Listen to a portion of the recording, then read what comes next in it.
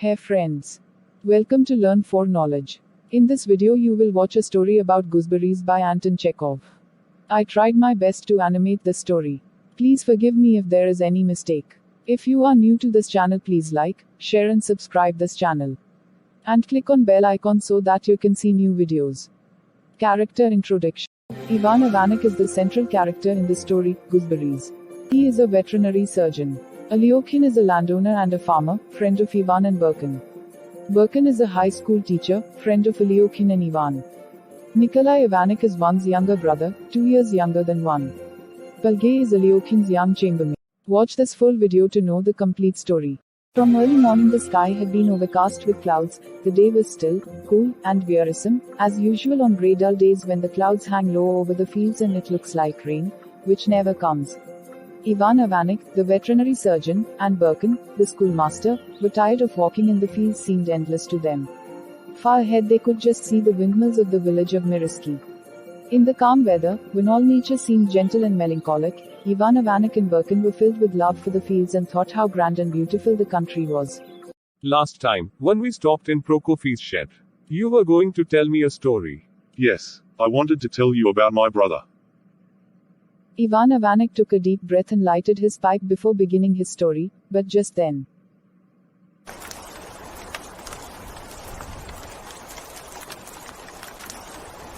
We ought to take shelter. Let us go to Alyokhin's. It's close by. Very well. They took a shortcut over a stubble field until they came to the road. Soon they came to a wide road with a mill and a white bathing shed. It was Sofino, where Alyokhin lived. The mill was working, drowning the sound of the rain. It was wet, muddy, and unpleasant, and Ivan Ivanik and Birkin felt wet and uncomfortable through and through. Their feet were tired with walking in the mud. In one of the barns a winnowing machine was working, sending out clouds of dust. On the threshold stood Alyokhin himself, a man of about 40, tall and stout, with long hair, more like a Professor R.A. painter than a farmer. He was wearing a grimy white shirt and rope belt, and pants instead of trousers, and his boots were covered with mud and straw. His nose and eyes were black with dust. He recognized Ivan Ivanik and was apparently very pleased. Please, gentlemen. Go to the house. I'll be with you in a minute. The house was large and two-storied. Alyokhin lived downstairs in two vaulted rooms with little windows. Ivan Ivanik and Birkin were received by a chambermaid. You cannot imagine how glad I am to see you, gentlemen. I never expected you. Give my friends a change of clothes. And they will change too. But I must have a bath. I haven't had one since the spring. Wouldn't you like to come to the bathing shed? And meanwhile our things will be got ready. Yes, it has been a long time since I had a bath. My bathing shed is all right, as you see. My father and I put it up, but somehow I have no time to bathe. He sat down on the step and lathered his long hair and neck, and the water around him became brown. Ivan Ivanik came out of the shed, plunged into the water with a splash, and swam about in the rain, flapping his arms, and sending waves back. He swam out to the middle of the pool and dived, trying to reach the bottom. Ah, how delicious. He shouted in his glee. How delicious. Birkin and Alyokhin were already dressed and ready to go, but he kept on swimming and diving. Delicious, too delicious. He said. You have had enough. Shouted Birkin. They went to the house. And only when the lamp was lit in the large drawing room upstairs. And Birkin and Ivan Ivanik, dressed in silk dressing gowns and warm slippers, lounged in chairs, and Alyokhin himself, washed and brushed, in a new frock coat, paced up and down. Did Ivan Ivanik began his story? He began. We are two brothers, I, Ivan Ivanik, and Nikolai Ivanik, 2 years younger. I went in for study and became a veterinary surgeon, while Nikolai was at the exchequer court when he was 19. Our father, Shimsha Himalevsky, was a Catonist, but he died with an officer's rank and left us his title of nobility and a small estate. After his death, the estate went to pay his debts. However, we spent our childhood there in the country.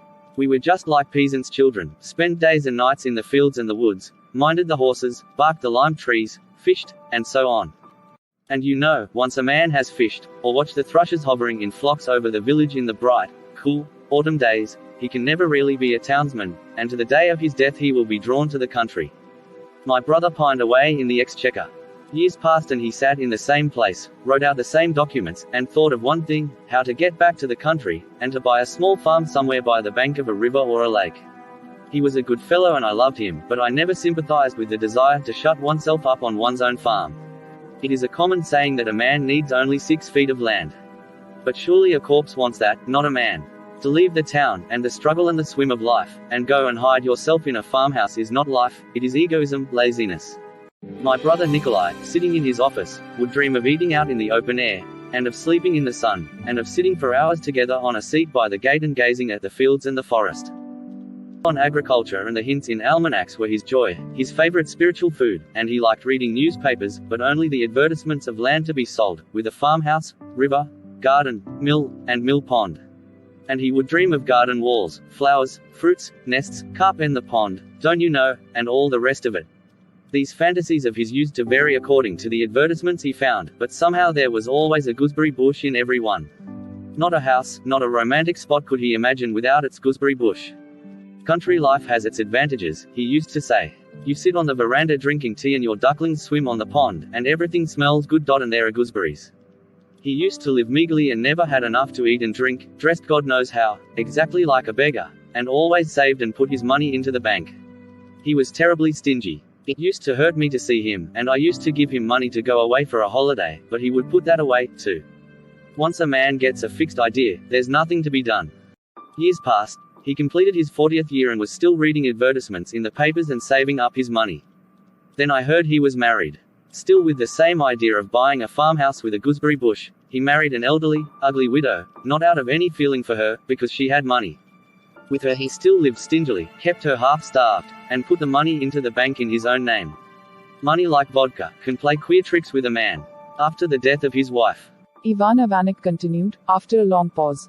my brother began to look out for an estate. Through an agent, my brother Nikolai raised a mortgage and bought 300 acres with a farmhouse, a cottage, and a park, but there was no orchard, no gooseberry bush, no duck pond. There was a river, but the water in it was coffee-colored because the estate lay between a brickyard and a gelatine factory. But my brother Nikolai was not worried about that. He ordered 20 gooseberry bushes and settled down to a country life. Last year, I paid him a visit. I thought I'd go and see how things were with him. In his letters, my brother called his estate Chimbashov Corner, or Himalaysko. I arrived at Himalaysko in the afternoon. It was hot. There were ditches, fences, hedges, rows of young fir trees, trees everywhere, and there was no telling how to cross the yard or where to put your horse. I went to the house and was met by a red-haired dog, as fat as a pig. He tried to bark but felt too lazy. Out of the kitchen came the cook, barefooted, and also as fat as a pig, and said that the master was having his afternoon rest. I went into my brother and found him sitting on his bed with his knees covered with blanket. He looked old, stout, flabby. His cheeks, nose, and lips were pendulous. I half expected him to grunt like a pig. We embraced and shed a tear of joy and also of sadness. Think that we had once been young, but were now both going grey and nearing death. He dressed and took me to see his estate. Well, how are getting on? All right, thank God. I am doing very well. He was no longer the poor, tired official, but a real landowner and a person of consequence. And, like a good landowner, he looked after his soul and did good works pompously, never simply. What good works? He cured the peasants of all kinds of diseases with soda and castor oil, and on his birthday he would have a Thanksgiving service held in the middle of the village, and would treat the peasants to half a bucket of vodka, which he thought the right thing to do. Ah, these horrible buckets of vodka. But my point does not concern him so much as myself. I want to tell you what a change took place in me in those few hours while I was in his house. In the evening, while we were having tea, the cook laid a plateful of gooseberries on the table. They had not been bought, but were his own gooseberries, plucked for the first time since the bushes were planted. How good they are! He went on eating greedily, and saying all the while, how good they are! Do try one. It was hard and sour, but I saw a happy man, one whose dearest dream had come true, who had attained his goal in life, who had got what he wanted, and was pleased with his destiny and with himself. My idea of human life, there is always some alloy of sadness, but now at the sight of a happy man I was filled with something like despair. And at night it grew on me. A bed was made for me in the room near my brother's and I could hear him, unable to sleep, going again and again to the plate of gooseberries. I thought, after all, what a lot of contented, happy people there must be. What an overwhelming power that means.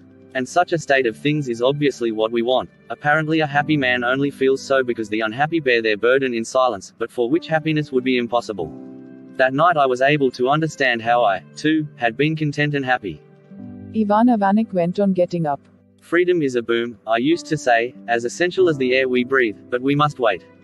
Yes, I used to say so, but now I ask, why do we wait? Ivan Ivanych glanced angrily at Birkin. Why do we wait, I ask you? What considerations keep us fast? I am told that we cannot have everything at once, and that every idea is realized in time, but who says so? Where is the proof that it is so? Tell me, I say, why should we wait? I left my brother early the next morning, and from that time on I found it impossible to live in town. The peace and quiet of it oppress me. I dare not look in at the windows, for nothing is more dreadful to see than the sight of a happy family, sitting round a table, having tea. I am an old man now and am no good for the struggle. I commenced late. I can only grieve within my soul, and fret and sulk. At night my head buzzes with the rush of my thoughts and I cannot sleep. Ah, if I were young. Ivan Ivanych walked excitedly up and down the room and repeated. If I were young. He suddenly walked up to Ilyokhin and shook him first by one hand and then by the other. He said in a voice of entreaty. Konstantinik, don't be satisfied. Don't let yourself be lulled to sleep. While you are young, strong, wealthy, do not cease to do good. Happiness does not exist, nor should it, and if there is any meaning or purpose in life, they are not in our peddling little happiness, but in something reasonable and grand. Do good. Then they all three sat in different corners of the drawing room and were silent. Ivan Ivanich's story had satisfied neither Birkin nor Ilyokhin. It was tedious to hear the story of a miserable official who are gooseberries. Somehow they had a longing to hear and to speak of charming people, and of women, and the mere fact of sitting in the drawing room was much better than any story. Ilyokhin wanted very much to go to bed. He had to get up for his work very early, about 2 in the morning, and now his eyes were closing. However, it's time to go to bed. Good night. Good night. Ilyokhin said good night and went downstairs, and left his guests. Each had a large room with an old wooden bed and carved ornaments. Ivan Ivanych undressed in silence and lay down, he murmured, as he drew the clothes over his head. God forgive me, a wicked sinner. The rain beat against the windows all night long. Abridged. Now I will ask you some questions. What, according to Ivan, was the relevance of freedom? What was Nikolai's dream? Write the answers of these questions in the comment box. Thank you.